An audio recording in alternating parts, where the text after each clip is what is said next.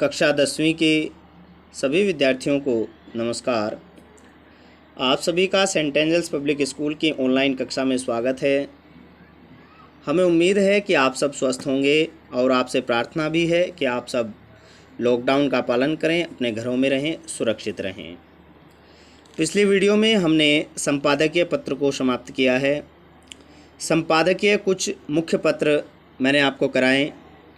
आज हम औपचारिक पत्र का एक अन्य भाग जिसका नाम है शिकायती पत्र, जिसमें शिकायत की जाती है किसी विषय पर, कोई प्रॉब्लम होती है, उस पर शिकायत की जाती है अधिकारियों को, तो उन्हें शिकायती पत्र कहते हैं। आज हम पढ़ेंगे शिकायती पत्र।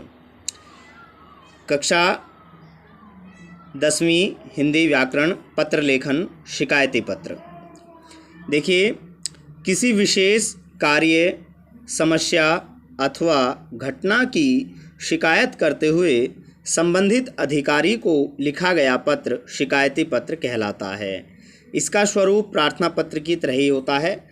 ये जो शिकायती पत्र होता है यह बिल्कुल प्रार्थना पत्र की तरह ही होता है और इसमें जो है किसी भी प्रॉब्लम की, किसी भी समस्या पर, किसी विशेष कार्य पर हम या किसी घटना की शिकायत करते हुए अधिकारियों को पत्र लिखा जाता है, तो इसको शिकायती पत्र कहते हैं, जिसमें शिकायत की जाती है अधिकारियों को। किसी भी पदाधिकारी को, किसी भी विभाग के अधिकारी को जब हम शिकायत करते हैं तो उन्हें शिकायती पत्र कहते हैं। इसका जो प्रारूप होता है वो प्रार्थना पत्र की तरह ही होता है एक तरह से। और इसमें देखिए, इसका प्रारूप किस तरह से लिखा जाता है। सबसे ऊपर हम एड्रेस लिखेंगे, वही जैसे प्रार्थना पत्र और संपादकीय पत्र में करते थे। डेट लिखेंगे, उसके बाद एक लाइन छोड़ेंगे, सेवा में, कोमा, यहाँ पर पद का नाम आ जाएगा, पदाधिकारी का जो पद है उसका नाम आ जाएगा, भाई वह जिलाध्यक्ष महोदय हैं, या बेसिक शिक्षा अधिकारी है, या नगर निगम अधिकारी हैं, या फिर बिजली विभाग के अधिकारी हैं। तो यहाँ पर अधिकारी के पद का नाम आएगा, जो उसकी पोस्ट है। यहाँ पर संस्था का नाम आएगा, जिस भी कार्यालय में हम भेज रहे हैं, बिजली विभाग है या फिर नगर निगम है या फिर जो भी संस्था है, यहाँ पर आ जाएगा, यानी जिस विभाग में वो कार्यरत अधिकारी हैं। आगे यहाँ पता आ जाएगा, जिस नगर में वह उसका ऑफिस है जहाँ हम भेज रहे हैं। उसके बाद एक लाइन छोड़ेंगे, उसके बाद फिर विषय आएगा। संबंधित विषय का उल्लेख करेंगे हम एक वाक्य के अंदर ही। एक पूरे वाक्य में हम जो है छोटे संक्षिप्त वाक्य में जो है विषय लिखेंगे। विषय के बाद एक लाइन छोड़ेंगे, उसके बाद मान्यवर लिखेंगे, यानी संबोधन आ जाएगा, मान्यवर या महोदय।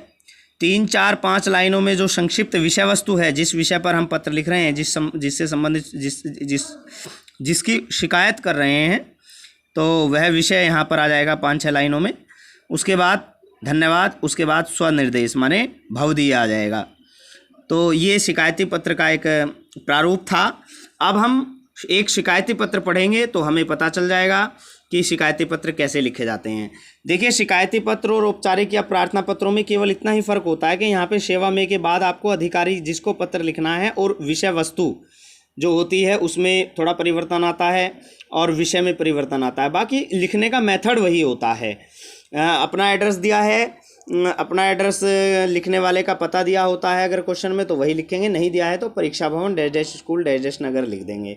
अपनी पर्सनल इन्फॉर्मेशन हमें नहीं लिखनी है कुछ भी, ना ही नाम लिखना है, ना ही विद्यालय का नाम लिखना है, ना ही कोई पता लिखना है। तो अब हम करेंगे एक शिकायती पत्र कैसे लिखा जाता है, देखेंगे। देखिए, क्वेश्चन इस तरह से है, आपका टेलीफोन, शिकायती पत्र का ये प्रश्न इस तरह से होगा, आपका टेलीफोन लगभग 15 दिनों से ख़राब है। इसकी शिकायत करते हुए महानगर टेलीफोन निगम लिमिटेड यानी MTNL, ये BSNL और MTNL एक फ़ोन कंपनी थी, तो ये MTNL जो महानगर टेलीफोन निगम लिमिटेड के महाप्रबंधक को पत्र लिखना है। महाप्रबंधक को, जो उनके हेड डायरेक्टर हैं, जो उनको हेड डायरेक्टर को महाप्रबंधक कहते हैं, उनको पत्र लिखना है। तो इसमें विषय है टेलीफोन खराब होने के संबंध में। लिखना किसे है पत्र? महाप्रबंधक को, तो सेवा में के बाद महाप्रबंधक महोदय आ जाएगा। कंपनी का नाम, संस्था का नाम क्या है? महानगर टेलीफोन निगम लिमिटेड। स्थान का नाम हमें दिया नहीं है, तो स्थान का नाम कैखेगे या एब ऐसे डालकर लिख देंगे, और नाम की जगह भी कैखेगा का प्रयोग करेंगे। पता भी हमें कुछ नहीं दिया हुआ है। तो सबसे पहले हम लिखने वाले का एड्रेस लिखते हैं। लिखने वाले एड्रेस की जगह हम लिखेंगे परीक्षा भवन, र पर बड़े की मात्रा आ जाएगी, परीक्षा भवन को मिलाकर लिखेंगे परीक्षा भवन dash dash dash school dash dash dash नगर, नगर के बाद पूर्ण विराम आ जाएगा। ये हम पिछले जो हमने संपादकीय पत्र पढ़े हैं उनमें भी हम ऐसे ही लिखते थे। तो ये हो गया भेजने वाले का पता। अब हम लिखेंगे डेट 23 मई कोमा थोड़ा स्पेस देंगे 2020 लिख देंगे, एक लाइन छोड़ेंगे डेट के बाद। सेवा में पर अंकी बिंदी कोमा। अब पत्र हमें लिखना है, शिकायत करनी है महाप्रबंधक महोदय को, तो सेवा में महाप्रबंधक महोदय कोमा महानगर टेलीफोन निगम लिमिटेड संचार भवन अबस नगर, या सीधा एबस नगर भी आप लिख सकते थे। सेवा में महाप्रबंधक महोदय महानगर टेलीफोन निगम लिमिटेड संचार भवन या एबस नगर, नगर के बाद पूर्ण विराम आप लगा देंगे। लाइन के बिल्कुल साथ साथ लिखना है, कोई भी पत्र आपको लाइन से राइट साइड में नहीं लिखना है। फिर हम लिखेंगे, एक लाइन छोड़ेंगे, नगर के बाद लिखेंगे विषय। विषय में हमें लिखना है संक्षिप्त विषय जो एक ही वाक्य के अंदर हो।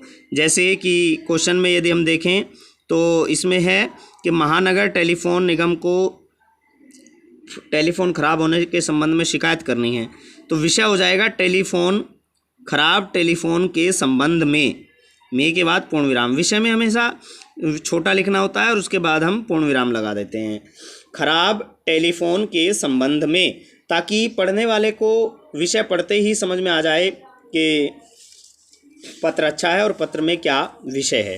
ये विषय का होता है, खराब टेलीफोन के संबंध में पूर्ण विराम लगा देंगे। आगे हम एक लाइन छोड़ेंगे, विषय से पहले और विषय के बाद में एक एक लाइन छोड़नी है। उसके बाद हम संबोधन लिखेंगे मान्यवर या महोदय, फिर कोमा लगाएंगे, फिर बिल्कुल लाइन के साथ से ही शुरू करेंगे। मैं आपका ध्यान अपने टेलीफोन की ओर आकर्षित करना चाहता हूँ। इसका नंबर ये है 98 डाल के XX करके डॉट डॉट कर देंगे। यह फ़ोन पिछले 15 दिनों से ख़राब पड़ा है। इसकी शिकायत मैं स्थानीय कार्यालय में कर चुका हूं, माने लोकल में जो हमारा ऑफिस है इसका MTNL का, उसके कार्यालय में शिकायत हो चुकी है, परंतु स्थिति वही ढाक के 3 पात। ये एक मुहावरा है, ढाक के 3 पात, यानी वैसा का वैसा ही रहना। स्थिति वही ढाक के 3 पात वाली बात है। वहाँ के अधिकारी एक तो ढंग से बात नहीं करते हैं और न कोई कार्य करते हैं। एक तो बात नहीं करते, दूसरा कोई कार्य भी नहीं करते हैं। कार्य के बाद हम भी लगा देंगे, कार्य भी, न कोई कार्य भी करते हैं। कभी कोई सुनता भी है तो आश्वासन देकर टाल देते हैं। मेरे परिवार में सभी काम पर जाने के बाद घर में वृद्ध पिताजी के अलावा कोई नहीं रहता है।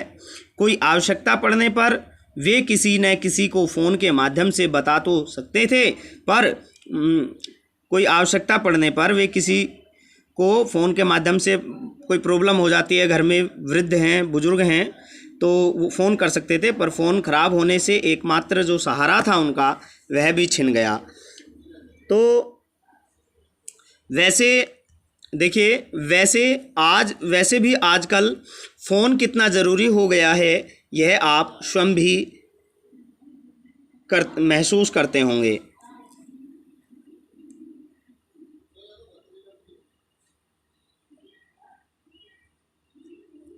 फ़ोन कितना ज़रूरी हो गया है यह आप स्वयं भी महसूस करते होंगे। तो यहाँ तक हमने अपनी समस्या भी बता दी, फ़ोन की समस्या भी बता दी, और अब हम उनसे प्रार्थना करेंगे नेक्स्ट लाइन से, अगला पैराग्राफ। अतः आपसे प्रार्थना है कि आप कर्मचारियों को टेलीफोन ठीक करने का आवश्यक आदेश देने की कृपा करें। धन्यवाद। धन्यवाद के बाद विस्मय आदि बोधक चिन्ह एक लाइन छोड़ करके लिखेंगे भवदीय। भवदीय क ख ग, क्योंकि क्वेश्चन में कोई नाम नहीं दिया हुआ है। तो इस तरह से ये टेलीफोन ख़राब होने की शिकायत की गई है महाप्रबंधक को। तो इसमें ये शिकायती पत्र हो गया क्योंकि इसमें हमने शिकायत की है। तो इस पत्र को आप कम से कम 3-4 बार आप अवश्य लिख कर देखें अपनी रफ नोटबुक में, और मुझे उम्मीद है कि आपको यह शिकायती पत्र समझ में आया होगा। लिखने में कोई ज़्यादा अंतर नहीं है, वही प्रार्थना पत्र की तरह ही लिखना है, तो थोड़ा सा मैटर चेंज होता है बस। तो मुझे उम्मीद है कि आपको समझ में आया होगा। तो नेक्स्ट पत्र हम कल करेंगे। धन्यवाद।